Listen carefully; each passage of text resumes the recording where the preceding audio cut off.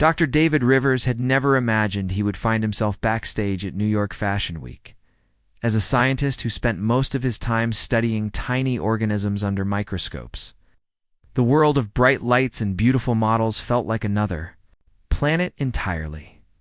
He was only there because his boss at the Space Research Center thought it would be good for him to study how people behave in social situations. The idea was to help understand how different beings might act when they meet for the first time. David adjusted his glasses nervously as he walked through the crowded backstage area. Models rushed past him in elaborate outfits, makeup artists hurried between stations, and photographers snapped pictures of everything. The energy was electric, but David felt completely out of place in his simple dark suit among all the glamour. That's when he saw her, standing near a mirror at the far end of the room was the most beautiful woman he had ever seen. She was tall and graceful, with long silver hair that seemed to shimmer under the lights. Her eyes were an unusual violet color that appeared to hold tiny stars within them. Even from across the busy room, there was something different about her that David couldn't quite identify. The woman was adjusting something on her wrist that looked like a high-tech bracelet. David watched, fascinated, as she pressed a few buttons and her entire appearance seemed to shift slightly. Her hair became a more normal blonde color and her eyes changed to a regular blue. It happened so quickly that David wondered if he had imagined it. His scientific curiosity got the better of him. David found himself walking toward her, weaving between the busy staff members. As he got closer, he noticed other strange details. Her movements were too smooth, almost like she was floating instead of walking. Her skin had a subtle glow that makeup couldn't explain. And when she turned her head, David could swear he saw her ears come to a slight point before they appeared normal again. The woman must have sensed someone watching her, because she suddenly looked directly at David. Their eyes met across the chaotic backstage scene, and David felt his heart skip a beat. There was something ancient and wise in her gaze, as if she had seen things that no human ever could. "Excuse me," David said, finding his voice as he approached her. "I'm sorry to bother you, but I couldn't help noticing that device on your wrist. It looks like some kind of advanced technology." The woman studied him carefully for a moment, her violet eyes returning as she seemed to forget to maintain her disguise. "You can see it?" she asked, in a voice that had a musical quality, like wind chimes in a gentle breeze. "I can see a lot of things," David replied honestly. "I'm a scientist. I notice details that other people might miss, like how your hair changed color a minute ago, or how you move differently than everyone else here." Instead of being alarmed, the woman smiled. It was a radiant expression that seemed to light up the entire corner of the room. "My name is Luna," she said, extending her hand. "And you are very observant, Dr. Rivers. David Rivers. How did you know I was a doctor?" Luna's smile grew wider. "Lucky guess. You have that look of someone who asks a lot of questions and isn't satisfied with simple answers." David shook her hand and was surprised by how warm it felt, almost like touching sunlight. "So are you going to tell me what that device really is, or do I have to guess?" "What do you think it is?" Luna asked, tilting her head in a way that reminded David of a curious cat. "Based on what I observed, I'd say it's some kind of holographic projector that can alter your appearance. But the technology would have to be decades ahead of anything we have on Earth." David paused, then added quietly, "Which makes me wonder where you're really from." Luna was quiet for a long moment, studying David's face as if trying to decide something important. Around them, the fashion show continued its frantic pace, but they seemed to exist in their own peaceful bubble. 8. "What if I told you that you're right?" Luna finally said. "What if I told you that I'm not from around here, not from this country, not from this continent, not even from this planet?" Most people would have laughed or walked away thinking she was crazy. But David had spent his career studying the possibility of life beyond Earth. He had always believed that somewhere in the vast universe, other intelligent beings existed. Looking at Luna now, with her otherworldly beauty and impossible technology, he felt like he was seeing proof of everything he had hoped was true. "I'd say that's the most exciting thing anyone has ever told me," David replied without hesitation. Luna's expression softened with relief and something that looked like gratitude. You're not afraid? Should I be? No, she said quickly. I'm here peacefully. I've been living among humans for 3 years, trying to understand your species, your emotions, your relationships, your art and culture. My people sent me to learn. About you? And you chose modeling as your cover? David asked, with a small smile. Luna laughed, and the sound was like silver bells. It seemed perfect. In this industry, being unusual is considered beautiful. I could be myself mostly, without anyone asking too many questions. Before David could respond, a stage manager rushed up to them. Luna, you're on in 5 minutes. Where have you been? Coming, Luna called back. She turned to David with an apologetic look. I have to go walk in the show now. But ... She hesitated, then pulled out a phone that looked just slightly too advanced. To be from any Earth manufacturer, would you like to continue this conversation later? Maybe somewhere quieter? David nodded eagerly. I'd like that very much. They exchanged numbers, and Luna hurried away toward the runway. David watched her go, still hardly believing what had just happened. As she reached the curtain leading to the stage, Luna looked back at him one more time. In that moment, her disguise flickered again, and David saw her true form clearly. Her skin had a subtle, luminescent quality. Her hair was indeed silver like starlight, and her eyes held depths that seemed infinite. Then she stepped onto the runway, and the crowd erupted in applause. David found himself clapping too as he watched this incredible being glide down the catwalk with supernatural grace. He realized that his life had just changed forever. He had not only met someone from another world, but he was already falling for her. As the show continued around him, David couldn't stop smiling. For years he had wondered if humans were alone in the universe. Now he knew they weren't. And somehow, impossibly, one of those other beings had chosen to trust him with her secret on their very first meeting. He had no idea what would happen next. But for the first time in his careful, scientific life, David was ready for an adventure among the stars. 3 months had passed since that magical night at Fashion Week. David's life had become something he never could have imagined. Every day brought new wonders as he and Luna grew closer. She would text him in the morning with messages that made him smile. Like the sunrise looks different when you know someone who appreciates the science behind it. Or saw a butterfly today and thought about how you explained evolution to me. Their first real date had been at the planetarium, which seemed perfect for 2 people from different worlds. David had been nervous. Worried that Luna might find Earth's understanding of space primitive compared to her advanced knowledge. Instead, she had been fascinated by how humans imagined the universe without ever leaving their home planet. Your people dream of the stars with such hope, she had whispered as they sat under the dome showing distant galaxies. Where I come from, we've seen so much of space that we sometimes forget how magical it really is. Luna's modeling career was reaching incredible heights. Every magazine wanted her on their cover, and fashion designers fought to have her wear their creations. Her photos had an otherworldly quality that photographers couldn't explain but audiences couldn't resist. David would watch her interviews on TV and marvel at how perfectly she had learned to act human, while knowing the extraordinary truth underneath. But it was in their quiet moments together that David truly fell in love with who Luna really was. She would tell him about her home planet Lirale, where the sky was purple and 2 moons danced around each other every night. She described cities that floated among the clouds and forests where the trees sang with the wind. Her people, she explained, lived much longer than humans and had developed technology that worked in harmony with nature instead of fighting against it. We've always wondered about other forms of life, Luna told him one evening as they walked. Through Central Park, for centuries, my people have been searching for others who think and feel like we do. When we found Earth, we couldn't believe how similar humans are to us emotionally. David loved learning about her world, but he was even more amazed by how Luna saw his world through fresh eyes. She would point out things he had never noticed before, like how human children played with such pure joy, or how couples would unconsciously mirror each other's movements when they were in love. Your species fascinates me, she said one night, as they sat on his apartment balcony looking up at the stars.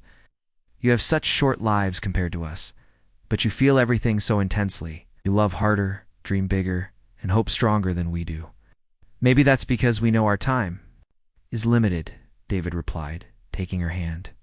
It still amazed him how perfectly her fingers fit with his. Despite coming from different worlds entirely, Luna had introduced him to others of her kind, who were living secretly on Earth. There was Dr. Kane, who worked as a surgeon and used his advanced knowledge to save lives that human medicine couldn't help. There was Arya, who taught music and could make any instrument sound like heaven itself. And there was Zoe, who ran a small bookstore but was actually documenting human literature to share with their home planet. We're not here to take over or change anything, Luna explained when David met the others. We're here to learn, to understand, and maybe to help where we can. Your people aren't ready for open contact yet, but someday they will be. The hardest part for David was keeping the secret from his colleagues at work. His research partner, Dr. Amy Collins, had started noticing his distraction and improved mood. "You're different lately," she had said just last week. "Happier? Are you seeing someone?" David had just smiled and changed the subject. But it was getting harder to explain his sudden insights into space biology and his theories about interplanetary life that seemed to come from nowhere. Meanwhile, Luna was having her own challenges. Her holographic disguise needed regular maintenance, and sometimes it would glitch at the worst moments. During a recent photo shoot, her ears had briefly showed their pointed shape, and she'd had to convince everyone it was just a trick of the lighting. There had been close calls when paparazzi tried to follow her home, not knowing they were tracking someone whose real address was several galaxies away. Luna had become an expert at losing photographers in crowds and finding ways to disappear that seemed impossible but were really just her people's advanced technology at work. But through all the complications, their love continued to grow. David found himself thinking in terms of we instead of I, for the first time in his life. Luna began to understand human customs like birthday celebrations and holiday traditions, participating with a joy that made these ordinary events feel magical. One evening, as they cooked dinner together in David's kitchen, Luna suddenly stopped, stirring the pasta, and looked at him with wonder in her violet eyes.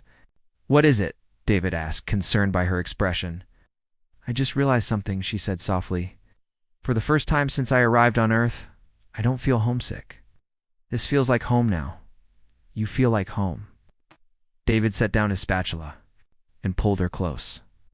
"You are my home too," he whispered against her silver hair. "I don't care if you're from another planet or another dimension. I love you, Luna. All of you." As they held each other in that simple kitchen with pasta boiling on the stove and the city lights twinkling outside the window, neither of them knew that their love was about to create something impossible. Something that would change not just their lives, but the future of both their worlds. The universe had been waiting billions of years for this moment, when two hearts from different stars would beat as one. And tomorrow would bring news that would make their greatest dreams and biggest challenges come true all at once. It started with Luna feeling tired during what should have been a normal photo shoot. She had been working with the same photographer for months, but suddenly the bright studio lights made her feel dizzy. Her manager noticed she looked pale and suggested she take a break, but Luna brushed it off as just being overworked. Over the next few days, the symptoms got worse. Luna would wake up feeling sick to her stomach, something that had never happened to her before. Her usually perfect balance seemed off, and she found herself having to concentrate harder to maintain her holographic disguise. David noticed she wasn't eating much during their dinner dates, just pushing food around on her plate while they talked. "Are you feeling okay?" David asked one evening as they walked along the Hudson River. "You seem different lately." Luna tried to smile, but even that felt like effort. "I think I might be getting sick, but that's impossible. My people don't get sick the way humans do. Our immune systems are much stronger." David's scientific mind immediately went into overdrive. "What exactly are you feeling? Describe every symptom, even the small ones." Luna listed everything. The morning sickness, the fatigue, the way certain smells made her feel queasy, and how her emotions seemed stronger than usual. As she talked, David's eyes grew wider. He had studied enough biology to recognize the pattern, but it seemed impossible. "Luna," he said carefully, "I know this might sound crazy, but have you considered that you might be pregnant?" Luna stared at him for a long moment, then laughed. "David, that's sweet, but it's completely impossible. My species and yours are too different. We might look similar on the outside, but our biology works in completely different ways." But even as she said it, Luna felt a strange flutter in her stomach that had nothing to do with feeling sick. Deep down, some part of her wondered if David might be right. The next morning, Luna called Dr. Kara, the Lirelay physician who had been living on Earth for over a decade. Dr. Kara ran a small practice in Brooklyn, helping other aliens who needed medical care while maintaining perfect cover as a human doctor. When Luna described her symptoms, Dr. Kara's reaction was immediate. "Come to my office right now," she said in their native language. "Don't bring David yet. We need to figure this out first." Luna had never seen Dr. Kara look so shocked. After running several tests using equipment that looked nothing like human medical devices, the older woman sat down heavily in her chair.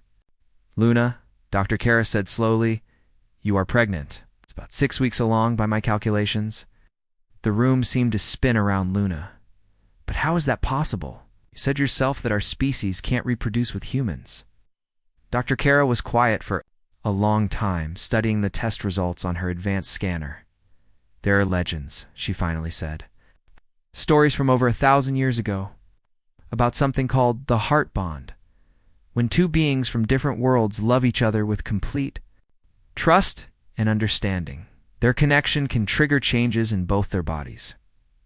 "What kind of changes?" "The kind that makes the impossible possible," Dr. Kara explained.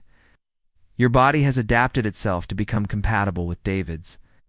The emotional bond you two share has literally rewritten your biology at the cellular level." Luna felt tears streaming down her face, but she wasn't sure if they were from fear or joy. "Is the baby healthy?" "More than healthy," Dr. Kara smiled. "This child will be something completely new. The first human Lirelay hybrid in our recorded history. They'll have abilities from both species, intelligence that combines the best of both worlds." When Luna left Dr. Kara's office, her mind was racing. She walked through the city's streets in a daze, trying to process everything she had learned. Part of her was terrified about how David would react, but a bigger part was filled with wonder. They had created something miraculous together, something that proved love really could overcome any obstacle. She found David at his apartment, pacing nervously by the window. He had been worried about her all day after she left so suddenly for her doctor's appointment. "David," Luna said as she entered, her voice shaking with emotion. "Sit down. I have something incredible to tell you." David could see from her expression that whatever news she had was life-changing. He sat on the couch and took her hands in his. "You were right," Luna said simply. "I'm pregnant." David's mouth fell open. "But you said it was impossible." "Apparently love makes its own rules," Luna replied, smiling through her tears. "Dr. Kara says our emotional connection triggered something in my biology that hasn't happened in over 1,000 years. Our baby will be the first of their kind, David. Half human, half Lirelay." For a moment, David couldn't speak. Then suddenly he was on his feet, lifting Luna off the ground and spinning her around the apartment. "We're going to have a baby," he kept repeating. "An actual baby." When he finally put her down, both of them were crying and laughing at the same time. "Are you happy?" Luna asked, suddenly nervous. "I know this isn't what you expected when we met." "Happy?" David cupped her face in his hands. "Luna, this is the most amazing thing that's ever happened to me. We're not just having a baby, we're creating a bridge between two worlds. Our child will be proof that different species can not only coexist, but create something beautiful together." At night, they called Dr. Kara on a secure line and spoke with the Lirelay Council on Luna's home planet. The reaction was immediate excitement mixed with concern. No one had expected this development, and everyone wanted to know what it meant for the future. "This child will be special beyond anything we can imagine," the council leader told them. "Through the quantum communication device, they will understand both species instinctively and could be the key to bringing our worlds together peacefully." As Luna and David lay in bed that night, her head on his chest and his hand resting gently on her still flat stomach. They talked quietly about their future. They knew challenges lay ahead, but for now, they were just two beings from different stars who had found love and created something impossible together. "What should we name them?" David whispered. Luna smiled in the darkness. "Something that means bridge between worlds," she said, "because that's exactly what they'll be." By the 4th month of Luna's pregnancy, keeping their secret had become nearly impossible. Luna's modeling agent, Victoria, was getting suspicious about why her star model was suddenly turning down jobs and looking different in photos. The pregnancy was progressing faster than a normal human pregnancy, and Luna's holographic disguise was struggling to keep up with the changes. During a magazine cover shoot, Luna's disguise flickered for just a moment, but the photographer caught it. "Did you see that?" he asked his assistant, staring at his camera screen. Her whole face just ... shifted somehow. Luna quickly excused herself to the bathroom and called David in a panic. "The hologram isn't working properly anymore," she whispered into her phone. "The baby's affecting my technology somehow. I think I'm going to have to quit modeling." David was at work when he got the call, sitting in his lab with Dr. Amy Collins, who had been watching him with growing curiosity for weeks. David's behavior had become even stranger lately. He would get mysterious phone calls that made him rush out of the office, and Amy had noticed him researching pregnancy and childbirth, which seemed odd for a single man studying space biology. "David, is everything okay?" Amy asked after he hung up. "You've been acting really strange lately. Why are you reading about pregnancy? Are you planning to become a father soon?" David's face went red. "It's complicated, Amy. I can't really explain right now." But Amy was a scientist too, and she had noticed other strange things. There were unusual energy readings around David's apartment building that didn't match any known technology. Her equipment kept picking up signals that seemed to come from somewhere far beyond Earth's atmosphere. Meanwhile, Luna was dealing with her own crisis. The Lirelay Council had been meeting daily to discuss her pregnancy, and not all the conversations were positive. Some council members were worried about what would happen if humans discovered their presence on Earth through Luna's situation. Perhaps it would be better if Luna returned home for the birth, suggested council member Zara during one of their quantum communication sessions. "We could ensure the child's safety and keep our presence on Earth secret." But Dr. Kara had bad news about that option. "Luna can't travel back to Lirelay now," she explained to David and Luna during a private meeting. "The pregnancy has changed her biology so much that the journey through space could be dangerous for both her and the baby." The baby was developing in ways that amazed even Dr. Kara. During routine checkups, they could see that the child was already showing signs of extraordinary abilities. The baby seemed to respond to both Luna's thoughts and David's voice, moving actively whenever David spoke and calming when Luna was peaceful. "This child is going to be remarkable," Dr. Kara told them. "They're developing faster than either human or Lirelay babies normally would. And the brain scans show neural pathways that exist in neither species alone." But with the rapid development came new problems. Luna started experiencing complications that Dr. Kara had never seen before. Her body was working overtime to support a baby that needed nutrients and energy from both Earth and Lirelay biology. "I need medical supplies from my home planet," Dr. Kara admitted reluctantly. "Some of what Luna needs simply doesn't exist on Earth." This created a massive problem. Getting supplies from Lirelay would require contacting the Council and possibly sending a ship to Earth, which could expose their entire secret mission. David felt the weight of impossible decisions pressing down on him.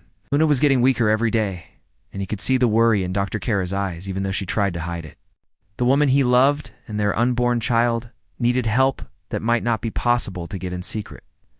The crisis came to a head on a Tuesday morning when David arrived at work to find Amy waiting for him with a folder full of printouts and photos. "David, we need to talk," Amy said seriously. "I've been tracking these energy readings for weeks, and they all lead back to your area of the city. Plus, I've been doing some research on your mysterious behavior." David's heart sank as Amy opened the folder. Inside were photos of him with Luna, printouts of the strange energy signatures, and notes about his research into interspecies biology. "I know you're hiding something big," Amy continued. and I think it has to do with the woman you're seeing.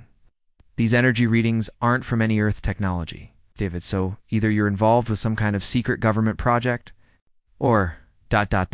double quotes. She paused, looking directly into his eyes. Or you're involved with someone who isn't from here. David stood frozen, knowing that everything was about to change. Amy was his closest friend and colleague, someone he trusted completely. But revealing the truth could put Luna and their baby in danger. Amy, he said slowly, if I tell you something that sounds impossible, will you promise to hear me out completely before you react? Amy nodded, her scientific curiosity overriding any fear she might have felt. The woman I love is pregnant with my child, David began. But she's not human. She's from a planet called Lirale. Right now she's in serious medical trouble because our baby needs help that doesn't exist on Earth. Amy stared at him for a long moment.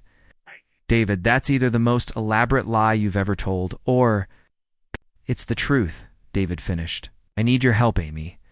Luna might die without medical supplies from her home planet, and I don't know how to get them without exposing everything. Amy sat down heavily in her chair, processing everything. David had just told her. As a scientist, she had always believed that life existed elsewhere in the universe. But sitting in her lab, being told that aliens were living among humans, and that her best friend was having a baby with one of them, felt like stepping into a science fiction movie. Show me, Amy said finally. If this is real, I need to see. Proof. And then we're going to figure out how to save your family, even if it means changing everything we thought we knew about the world. David nodded, knowing there was no going back now. The secret was out, and their only hope was that Amy would help them rather than expose them. Luna's life and their baby's future depended on making the right choice in the next few hours. Amy's hands were shaking as she followed David through the corridors of the Space Research Center. It was late at night, and the building was empty except for security guards who knew better than to question Dr. Rivers when he worked odd hours. David had called Luna and Dr. Kara, asking them to meet at his lab where they could talk privately. When Amy first saw Luna walk through the door, she gasped. Even with her holographic disguise flickering and fading, Luna was clearly not entirely human. Her silver hair caught the fluorescent lights in impossible ways, and her violet eyes seemed to glow with their own inner light. Amy, meet Luna, David said quietly. Luna, this is Dr. Amy Collins, my research partner and closest friend. Luna studied Amy carefully, then made a decision that would change everything. She pressed a button on her wrist device, and her holographic disguise completely disappeared. Amy found herself face to face with someone who was obviously from another world, and yet somehow felt familiar and friendly. Hello, Amy, Luna said in her musical voice. David tells me you're someone we can trust. Amy couldn't speak for a moment. She was a scientist who had spent years studying the possibility of extraterrestrial life. Nothing had prepared her for this moment. Finally, she found her voice. You're really from another planet, she whispered. I am, Luna replied simply. And right now, I need your help to save my baby. Dr. Kara arrived 20 minutes later, carrying medical equipment that looked like it belonged in a science fiction movie. She quickly explained Luna's condition to Amy, using scientific terms that helped the human doctor understand the severity of the situation. The baby is developing too quickly for Luna's body to keep up, Dr. Kara explained. We need specific minerals and compounds from our home planet, or both mother and child could be in serious danger. Amy looked at the medical readings and immediately understood. This is beyond anything human medicine can handle, she said. But if we work together, combining our knowledge with yours, maybe we can find a solution. Over the next 3 days, Amy became part of their secret team. She used her position at the research center to quietly gather equipment and supplies, telling her colleagues she was working on a classified project. Meanwhile, Dr. Kara contacted the Lirale Council to request emergency medical supplies. The council's response was swift and decisive. We will send a small medical ship, the council leader announced during their quantum communication session. This situation is too important to risk. The first hybrid child between our species could be the key to a peaceful future between our worlds. The ship arrived on a Thursday night, landing in a remote area outside the city where David, Amy, and Dr. Kara had set up a temporary medical facility using equipment from both the research center and Luna's people. Amy watched in amazement as beings from another world worked alongside humans to save Luna's life. The birth itself was unlike anything anyone had ever witnessed. Luna's labor was shorter than a typical human birth, but more intense, and the baby seemed to be actively participating in the process. When the child finally arrived, the room filled with a soft, warm light that seemed to come from the baby itself. "It's a girl," Dr. Kara announced with tears in her eyes. David held his daughter for the first time and felt his heart expand in ways he never knew possible. The baby had Luna's violet eyes and his own dark hair, but there was something else there too. Intelligence that seemed far beyond a newborn, and a sense of peace that calmed everyone in the room. "What should we call her?" Luna asked weakly, but happily from the medical bed. "Hope," David said without hesitation. "Her name's Hope." The Lirelay council members who had come with the medical ship were amazed by what they witnessed. "This child will be a bridge between our peoples," one of them said. "She carries the best of both worlds within her." But the most surprising moment came when Amy held baby Hope for the first time. The infant looked directly into Amy's eyes and seemed to communicate without words, filling the human scientist with a sense of wonder and purpose. "She's going to change everything, isn't she?" Amy whispered. Over the following weeks, the secret grew but remained safe. Amy brought in two other trusted colleagues, Dr. Robert Kim and Dr. Lisa Wong, who became part of what they jokingly called the Welcome Committee for Earth's first interplanetary family. The Lirelay Council made a historic decision. They would begin a gradual process of revealing themselves to humanity, starting with select scientists and government officials, who could help prepare the world for contact between the species. Luna's modeling career took on new meaning. 6 months after Hope's birth, she returned to work as herself, without disguise, becoming Earth's first openly alien model.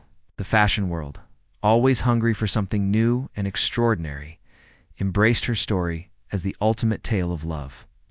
"Conquering all differences, I represent the possibility of unity between different worlds," Luna said in her first interview after revealing her true identity. "My daughter is proof that love can create miracles that science said were impossible." David found himself leading a new department at the research center dedicated to interspecies communication and cooperation. Hope, now a toddler who could walk at 8 months and speak in both human languages and Lirelay, spent her days surrounded by scientists and visitors from her mother's world who came to study this remarkable child. 5 years later, as David watched Hope play in their backyard with her younger brother, Alex, who had been born 2 years after her, he marveled at how much the world had changed.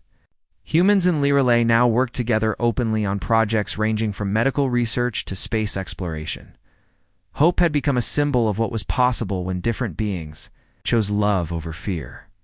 She could communicate telepathically with both species, understood complex scientific concepts that amazed adult researchers, and had a wisdom that seemed to come from having the best of both worlds in her DNA. "Daddy," Hope said one evening as David tucked her into bed, "when I grow up, I want to help more planets become friends like Earth and Lirelay did." David smiled and kissed her forehead. "I think that's exactly what you were born to do, sweetheart." As he turned off the lights, David reflected on the incredible journey that had brought them to this point. What had started as an impossible love story had become the foundation for a new era of cooperation between worlds.